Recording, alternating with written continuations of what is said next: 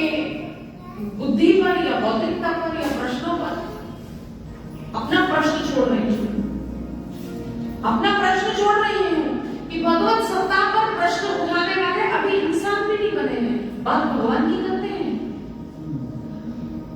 अभी मनुष्य कहलाने के लिए आए, दया धर्म वीर में बसे, बोले मीठे बहन, सोए ऊंचे जानिए जिनके नीचे नैन।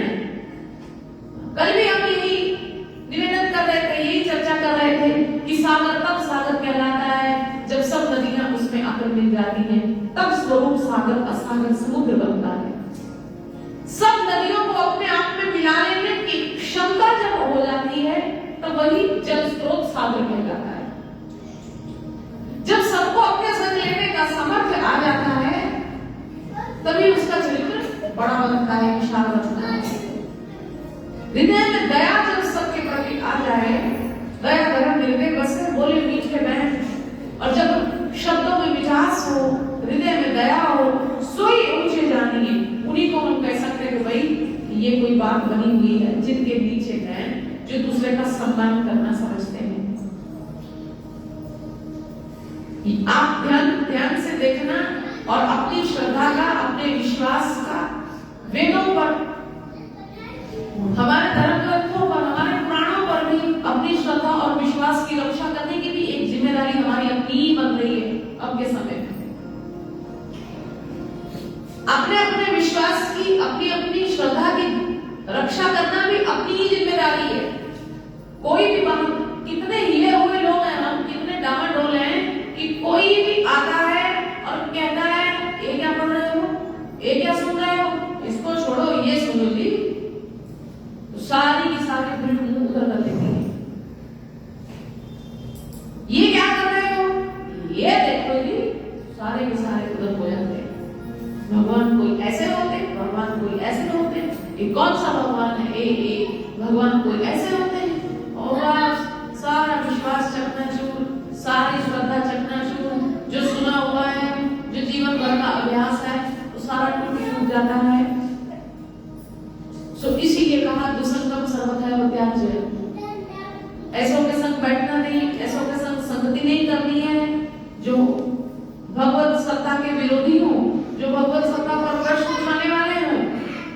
भगवान सब और व्याप्त है, सब और व्याप्त भगवान को देखने समझने में,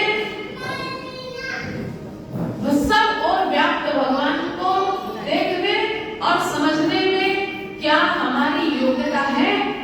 सब और व्याप्त परमात्मा को देखने की क्या हमारी योग्यता है? ये हमारा अपना विषय है, ये हमारी अपनी पात्रता है। आम पश्यति प्रतिपश्यति परापश्यति पश्यति दिवमन्तरिक्षात् भूमिं सर्वन्तर्देवी पश्यति। बड़ा सुंदर अथर्ववेद कहता है कि वो परमात्मा हमको सामने से देख रहे हैं, वो परमात्मा हमको पीछे से देख रहे हैं, वो परमात्मा परापश्यति पश्यति, वो परमात्मा हमको बहुत दूर से भी देख रहे हैं। परापश्यति, फिर कहा पश्यति, दो बार पश्यति आया, परापश्यति पश्यति। अथर्ववेद कहते हैं वो भगवान हमको सामने से भी देख रहे हैं, भगवान हमको पीछे से भी देख रहे हैं। जिसको जो भगवत, जो परमात्मा स्वरूप है, जो परमात्मा तत्व है, वो हमको आगे से भी देख रहा है, पीछे से भी। परापश्यति पश्यति, वेद कहते हैं, वेदों के ऋषि कहते हैं कि परमात्मा तो हमको देख रहा है, पर क्या हमारी आंख में उन परमात्मा को देखने का सामर्थ्य है? प्रश्न ये है। अंधेरे में बैठकर हम ये बात नहीं कर सकते कि सूर्य उदय नहीं हुआ है। अंधेरा तुमने कर रखा है, तुम अंधेरे में बैठे हो, वो तुम्हारा अपना निजी मतलब है, निजी स्वार्थ है, तुम्हारा निजी विषय है। तुम अंधेरे में हो, इसका मतलब ये नहीं कि बाकी वाले भी अंधेरे में हैं, या बाकियों के अंधेरे में रहने की चर्चा चर्चा करें। हम लोग वेदों को नहीं जानते, इसलिए हम अंधेरे में हैं। हमको वेदों के सत्य का पता नहीं है, इसलिए हम अंधेरे में हैं। हमको वेद पढ़ाए नहीं जाते, इसलिए हम अंधेरे में हैं। हम वेदों का अभिप्राय समझने के लिए तैयार नहीं है, इसलिए हम अंधेरे में हैं। और इसका मतलब ये नहीं है कि हम वेदों के अस्तित्व पर या वैदिक ज्ञान के ऊपर हम प्रश्नवाचक चिन्ह लगाएं। ये क्या कर रहे हैं जी? अफसोस इस बात का है कि तुमको पता ही नहीं है कि क्या हम कर रहे हैं। इस सत्य का ज्ञान ही नहीं है कि आर्य समाज कर क्या रहा है। तो कृपया रोशनी में आइए, कृपया प्रकाश में आइए। आर्य समाज वेदों का प्रकाश कर रहा है। हम महर्षि दयानंद जी के प्रति अपना आभार व्यक्त करते हैं, जिन्होंने वैदिक सत्य को समाज में स्थापित करने का साहस किया। अभी कल ही कोई पूछ रहे थे कि आप भी आर्य समाज में क्या कर रहे हैं। मैंने कहा तू अपने घर में क्या कर रहा है? तू अपने घर में क्या कर रहा है? अरे मैं बड़े मजे में हूं। मैंने कहा तुम्हारी आर्य समाज में ऐसा लग रहा है हम अपने घर में गए हैं। हमारा घर क्या है? वेद हमारा वास्तविक शांति पाने का वेद एकमात्र उपाय है। मैं भी कर रही हूँ, मैं भी वेदों की ओर गई हूँ, मैं भी वैदिक कथाओं को कह रही हूँ, मैं भी वेदों के मंत्रों का उच्चारण करके चित्त को आनंदित कर रही हूँ। तुम अपने घर में मस्त हो, हम अपने घर का आनंद ले रहे हैं। हाँ, तुम चाहो तो मैं तुम्हारे घर में आने के लिए तैयार नहीं हूँ, पर मेरा घर तुम सबके लिए खुला है। तुम सब आ सकते हो, आएंगे, बैठेंगे, सुनेंगे, समझेंगे, तभी तो बात होगी ना कि आर्य समाज क्या है। तुम घर बैठे जुमले फेंकते हो आर्य समाज में ये कथा क्या हो रही है, वो क्या बोल रहे हैं, वो क्या बोल रहे हैं। आके सुन लो ना क्या हो रहा है।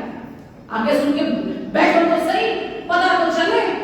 आप एक भगवान की बात करते हैं, यहाँ पर भगवान को देखा जा रहा है। बहुत बड़ा हृदय होना चाहिए। इसलिए आर्य समाज क्या है? अब ये 9वें दिन की कथा मैं इसका उत्तर देती मैं शोभा तो नहीं देती हूँ कि आज 9वें दिन की कथा हम कर रहे हैं, पर वास्तव में कथा के माध्यम से हम अपने भगवान के साथ अपने संबंध को और मजबूत कर रहे हैं। हर रोज हमारा भगवान के संग संबंध और पक्का हो जाता है, हम और जुड़ जाते हैं अपने आप के संग। हमें महसूस होता है कि हम संसार में फंसे हुए अपने आप को टूटा हुआ, बिखरा हुआ महसूस करते हैं। लेकिन जब हम अपनी जड़ों की ओर देखते हैं, जब हम अपने अतीत की ओर देखते हैं, हमें अनुभव होता है कितना स्वर्णिम अतीत रहा है हमारा। जब हम अपनी जड़ों की ओर देखते हैं तो हम समझते हैं वाह वाह, ये पुराण वेदों से हमें प्राप्त हुए, ये उपनिषद, ये वेदों के मंत्र गा रहे हैं, ये सब श्रुतियां, ये सब हमें आनंदित आह्लादित कर रही है। कैसा स्वर्णिम हमारा भारत रहा है। और आज माफ करना मुझे, फटे कपड़ों में, फटी जीन की पैंट में हमारा युवा हमसे पूछ रहा है कि भगवान कौन है, कौन से भगवान की बात कर रहे हैं, ये कहाँ चले गए, ये किधर को मुड़ गए हैं और ये क्या कर रहे हैं। हम अपना संबंध प्रतिदिन भगवान के संग, अपनी सत्ता के संग, ऐसा करें अपने आप के संग गहरा कर रहे हैं और गहरा कर रहे हैं, और हम अपने आप के संग जुड़ रहे हैं। देखो कितना सुंदर अथर्ववेद में ऋषि ने कहा कि भगवान हमको देख रहे हैं। कोई भी व्यक्ति किसी भी स्थिति में हो, कितना भी परेशान हो, उस परेशान व्यक्ति को इतना कह दो कि भगवान तुम्हारे साथ हैं, भगवान तुमको देख रहे हैं। इतना ही कह दो, आप पश्यति प्रति पश्यति परा पश्यति पश्यति, तो कितना उसको परम सहारा हो जाए, कितना उसको आनंद मिल जाए कि हाँ भगवान मुझे देख रहे हैं, आगे से भी देख रहे हैं, भगवान पीछे से भी देख रहे हैं, भगवान मुझे परा पश्यति दूर से भी देख रहे हैं, क्योंकि वो समर्थवान है।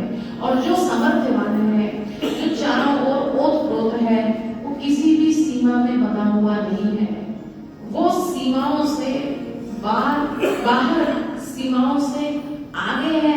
हम सीमित हैं, इसलिए हम सीमित दृष्टि से उसको देख रहे हैं, उसको समझ रहे हैं। वो जो हमको बनाने वाला है, वो